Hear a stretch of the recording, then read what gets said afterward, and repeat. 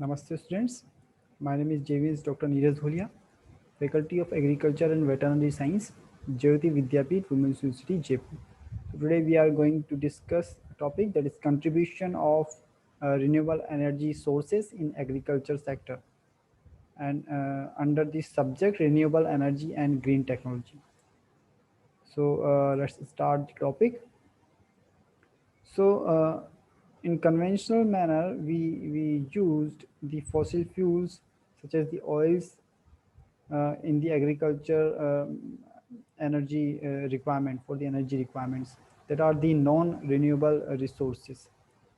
So we are finding alternative ways of fertilizing the land and controlling the pace uh, that do not depend on the chemicals and that involve the use of renewable energy means any requirement in of energy which generally we fulfill with the fuels like the oils and other things, but nowadays we are uh, switching towards the energy resources which are chemical free and known as the renewable energy resources.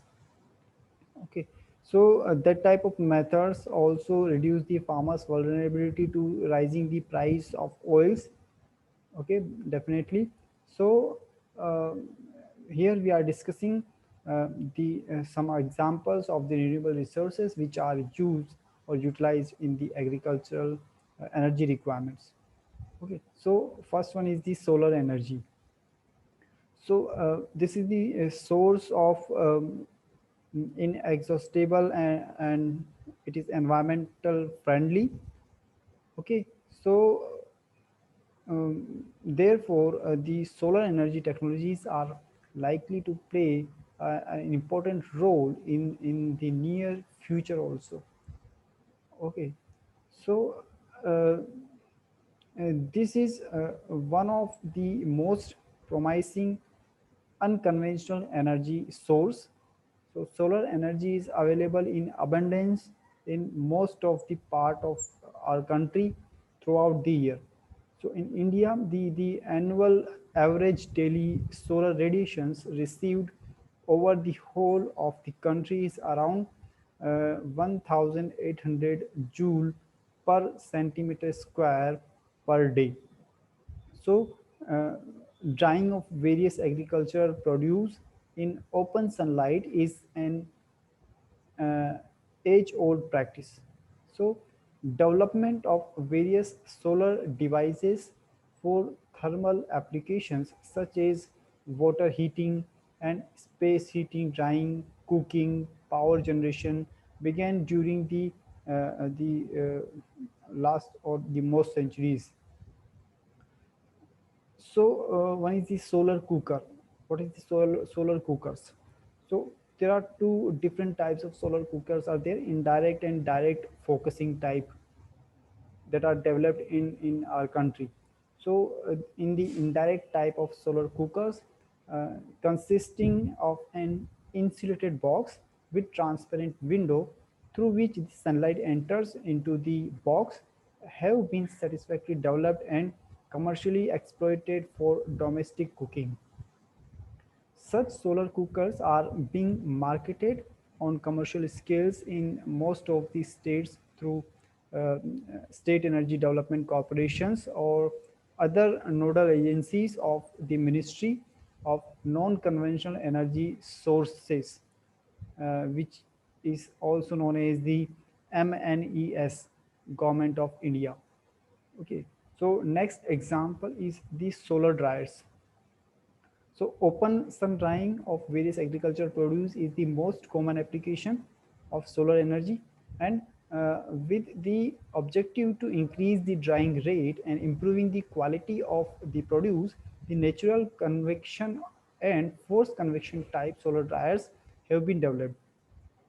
The most the movement of air in the forced convection solar dryer is through a power blower, where in natural convection solar dryers air moves through the produced due to the natural thermal gradient. So next one is the solar water heater. Okay, so water heating is one of the most common application of solar energy for domestic and industrial applications. Similar to solar dryers, the water heating systems are also available in natural convection and forced convection designs. So natural convection water heating system, also known as the thermosiphon water heating system, and it consists of a flat plate solar collector, insulated water storage tank, and the other necessary insulated pipes fitting. So that was about the solar water heater. So next one is the solar photovoltaic system. Okay, so in this, which is also abbreviated as the SPV, SPV means solar photovoltaic.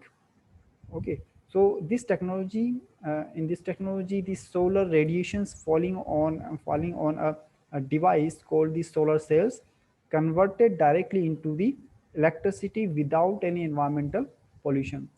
So one specific type of system, that is known as the spy pumping system, are ideal for lifting water for drinking and irrigation without harming the environment. So these pumps can be installed in boreholes, tanks, cisterns, or rivers. So that was about the solar photovoltaic system. Next one is the wind energy. Okay, so uh, farmers and ranchers are in a unique position to benefit from the growth in the wind industry. How? To tap this market, farmers can lease land.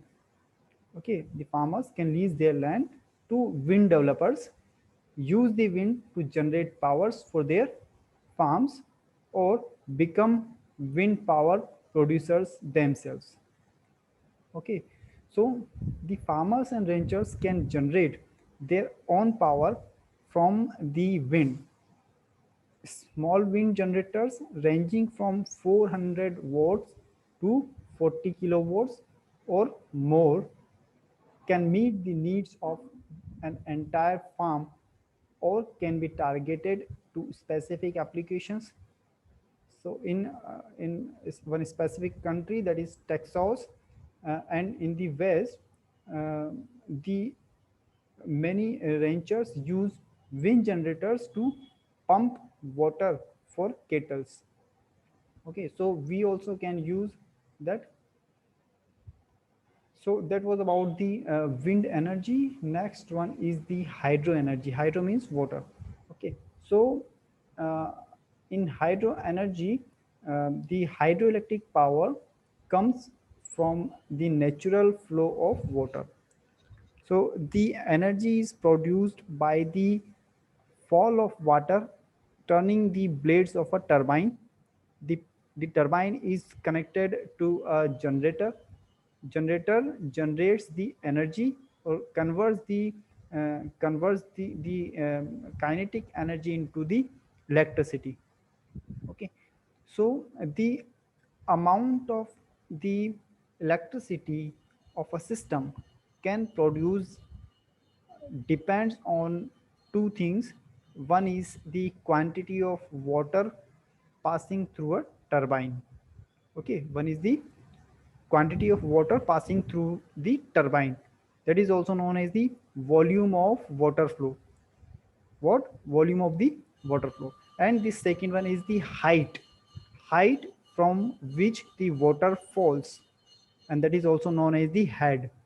What is head? Head is the height from the from which the water falls. Okay, so the greater the flow and the head, the more electricity produced. For the more electricity, you need the greater flow of water and the greater head. What is head? Head is the height of the water. uh, okay, so the hydropower is a clean domestic renewable energy source. It provides inexpensive electricity and produces no pollution. Okay, So the hydroelectric system vary in size and application. The micro hydro electric plants are also there. The macro hydroelectric plants are also there. In the micro, the power generation is between 1 kilowatt to 1 megawatt, and in the macro, it exceeds the 1 megawatt power. Okay. So next one is the biomass. Okay, so uh, the chairing and briquetting technologies reduce various problems associated with the management and utilization of the biomass in the domestic and the industrial sectors. Okay, so these are the technologies which can manage the biomass which is produced in the agriculture sector. So what is briquetting? Briquetting uh, is the converting of the biomass in some such type of material which can be utilized as the uh, substitute of the firewood. Okay, so briquetting of some of the crop residues has becomes post competitive, and the briquetting being used as replacement of firewood in many regions of the country. Domestic biogas plants except this briquetting, the biomass is also utilized as the production of the biogas. Okay, so the domestic biogas plants installed in our country use use the cattle dung mixed with an equal amount of water, and that maintains the around 8 to 9% total solid concentration, TSE. So what is TSE? Total solid concentration, and that will be around 8 to 9%, and that is used to produce the uh, biogas, or that can also be used to produce the organic manure. Okay, so that can replace the fertilizers. So this was all about the topic, the contribution of the renewable energy resources in agriculture sector. So hope you are satisfied with this detailed session. Um, if you have any query, please write in the comment box. I will resolve that. And this is powered by Digital Version 2, Jyoti Vidyapeeth Women's University, Jaipur. Thank you.